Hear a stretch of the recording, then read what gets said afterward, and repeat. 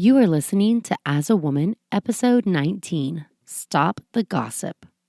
In this episode, I am talking to women about women. If women want to rise to the top, we must do it together. I believe that gossip is a manifestation of jealousy and that you really need to look deeper in order to see the truth. Learn that we really are stronger together and listen to my challenge for you this week. Welcome to As a Woman, the podcast hosted by fertility physician Dr. Natalie Crawford to educate and empower women. Each week, learn about your health, your fertility, and how they relate to your true self. Become a part of the community fostering collaboration over competition while learning how to authentically find your voice and amplify others as a woman. Hi, friends. So welcome back to As a Woman. This is episode 19, Stop the Gossip. And I'm actually breaking my order. So if you know me, I'm sure you're not shocked to learn that I have every episode for the next 2 years planned out in a list. Yep, pretty shocking. But instead of PCOS, which I swear is coming soon, I'm talking about gossip. And why? Why not? Why do an episode on gossip? You have all these female empowerment episodes, Mean Girl in Recovery, The Problem with Perfection, Confident, and more. Why an entire episode on gossip? Well, I think if I'm being honest, it is because I'm pissed. My feelings are hurt. I've been gossiped about, and I'm a 37-year-old woman, and people will say things because they always do.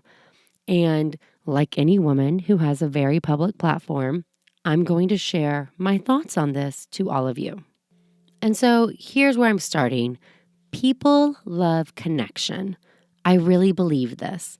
We like to feel connected to others. These ties bind us together and they create friendships. And friendships are hugely important in our life. You've heard me say it before, find your tribe. And I truly believe this.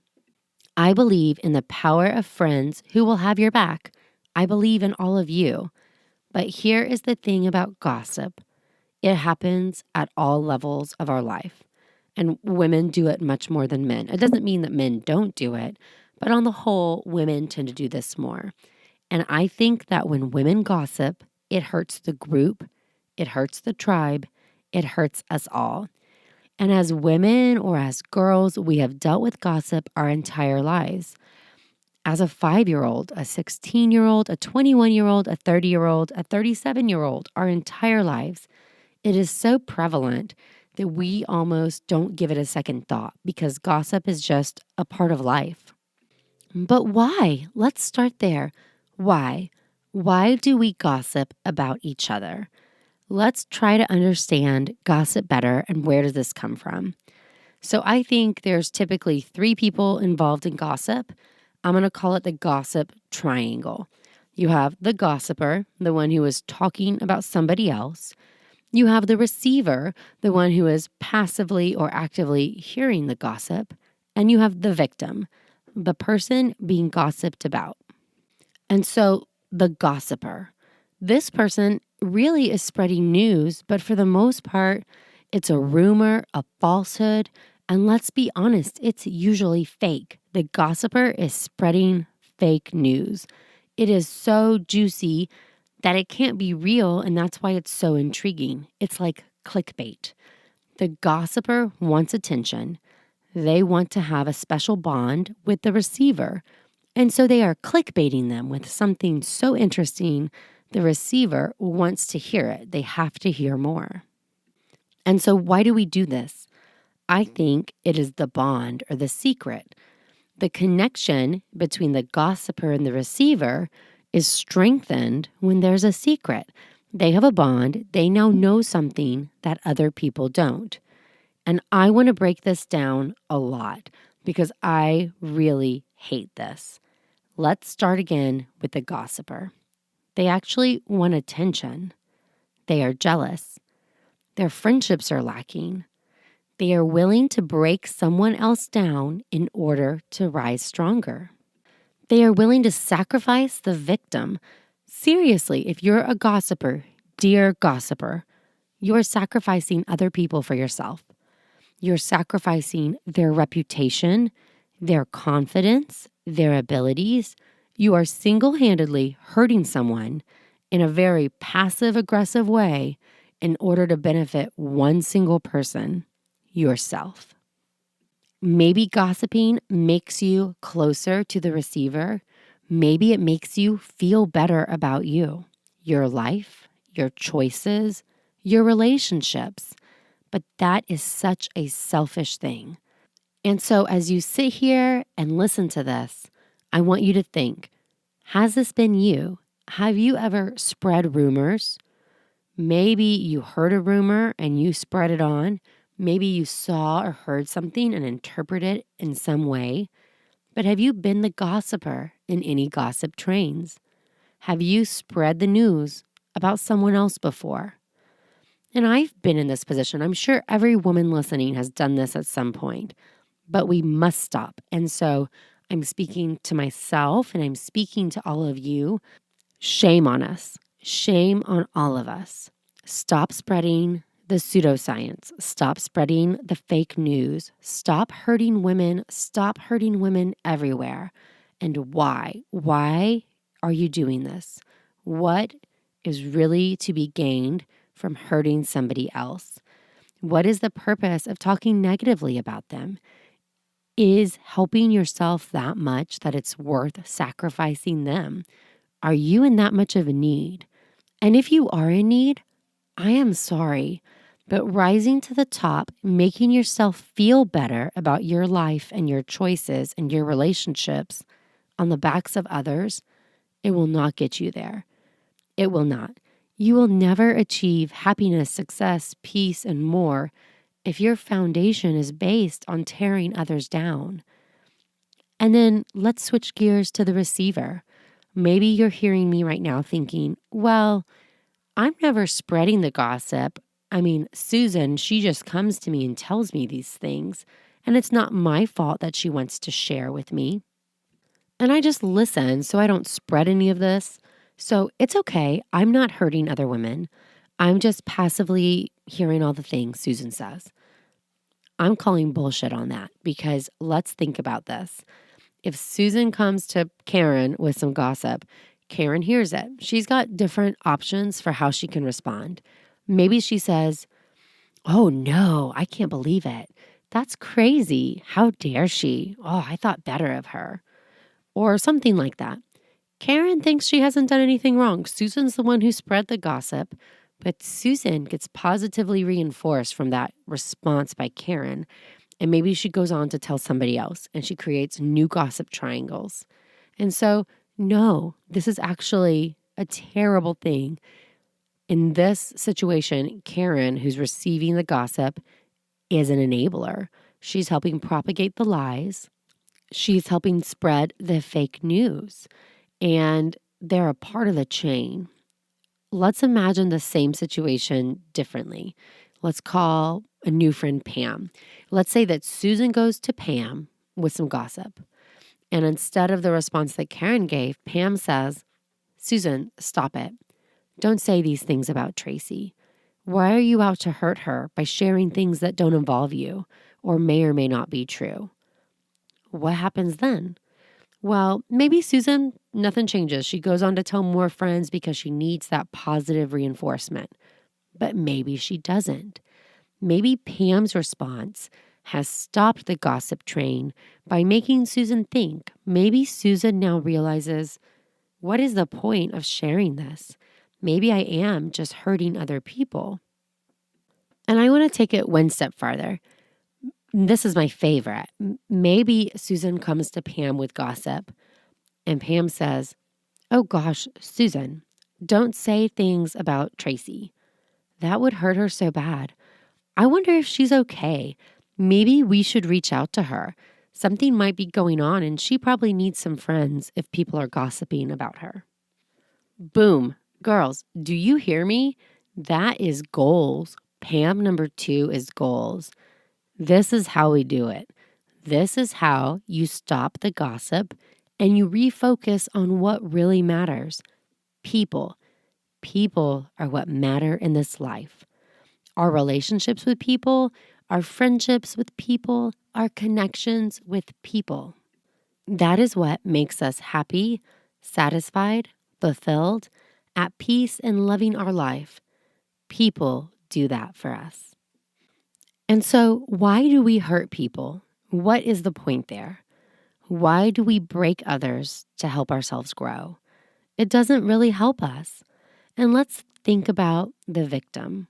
I guess I named her Tracy in this, but poor Tracy. People are talking about her. They are spreading false truths, pseudoscience, fake things, whatever. And here is my belief. Often when gossip is happening, something is wrong. Something is probably going on. And it's usually the exact opposite of whatever people are saying.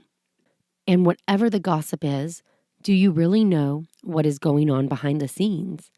Do you? Tracy probably needs her friends. She probably needs you. Having you talk about her and participate in the gossip chain, that is the exact opposite of friendship. That is one of the most hurtful things you can do at a time when she is needing you. Talking about people behind their backs is hurtful and purposeless. What is the point? What? Why? And I'm really challenging you here. If you have a friend and you know something that's going on, are you really so hurtful that you're willing to sacrifice the friendship and the trust in order to talk about it with somebody else? Are you being a Susan, and why? What need in you is so unfulfilled that you want to spread rumors to hurt your friend just to feel stronger? Maybe you should get therapy. Maybe you should excuse yourself from the relationship. Maybe you need to look inside. You would be better in the long run by looking inside and having insight than talking about other people. And if you hear gossip about another friend, are you really strong enough to be a good friend or be a good person for that matter? Are you strong enough to be a Pam and not a Karen and say, hey, Susan, no, maybe we should stop this and go see if Tracy is okay? Are you strong enough to stop and redirect? How much do you care about other people? Because this is life and people are going to gossip. There's a reason why women are known to be catty and backstabbing, because we can be. We are. We hurt each other to feel better about ourselves. And if we want women as a whole to rise to the top, to be seen as an equal, we really must start to look out for each other. We must really learn and believe that our own success, your own success, they are independent, and actually they're going to rise together better. Your success does not lessen mine. We must stop comparing. We must stop the jealousy. We must learn that the goal should be get to the top and make space. Bring other women up with you. I am so over, I've got to pave my own path and look out for me. I know the secrets and figure yours out. I am over women talking about each other in the bathroom, the back office, at the Christmas party, or wherever. I am over it. When you gossip, you hurt three people, so hear me out. You hurt yourself. You look immature and foolish. You hurt the victim. You could be helping, but you are hurting. You are making a choice to hurt. And three, you hurt women, all women everywhere. You hurt the tribe. You hurt the mothership. We all look immature and foolish when you gossip. If we want to be taken seriously, we must first start by taking ourselves serious.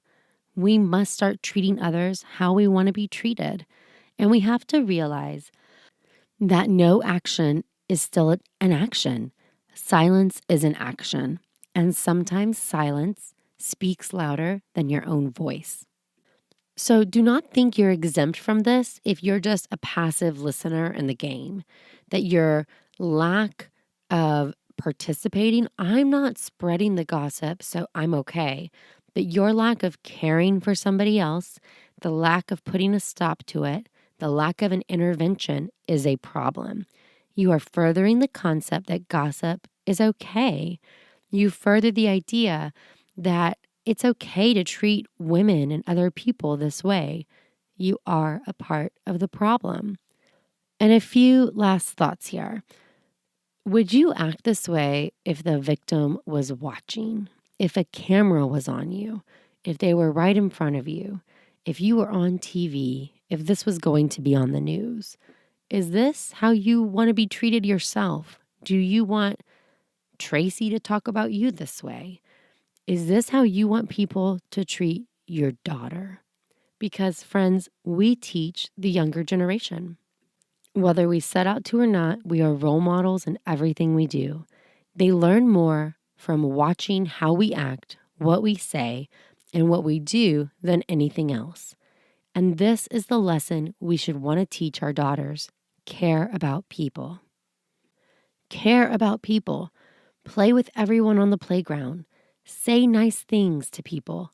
Find joy in making them smile. When someone is sad, offer a hug. When someone needs a friend, be a friend. And what does being a friend mean? It means being there, celebrating their success, reaching out, pushing past uncomfortable spaces, standing up against other people, knowing when to reach out and see if someone needs help. Be a good person, be a good friend, be nice, be kind, be caring. Don't be selfish and foolish. Don't sacrifice others for your own immature gain. Don't pretend you know what is going on inside someone else's life. Don't give people sympathy, give them empathy. Learn how to care. Know that your presence can make a difference in their life. These are the lessons we want to pass on, right? We want our children to be kind and caring. We must ourselves be kind and caring. That's not a new concept. But for most of us, the pathways in gossip, this gossip triangle, these gossip trains, they're so ingrained in us, we don't even notice. So we must make active efforts to push outside these boundaries. We must actually work to be good friends. We must think about every action we do and the words we say and ask ourselves why. Why are we doing them? Because it sometimes takes an active thought instead of a reflexive action.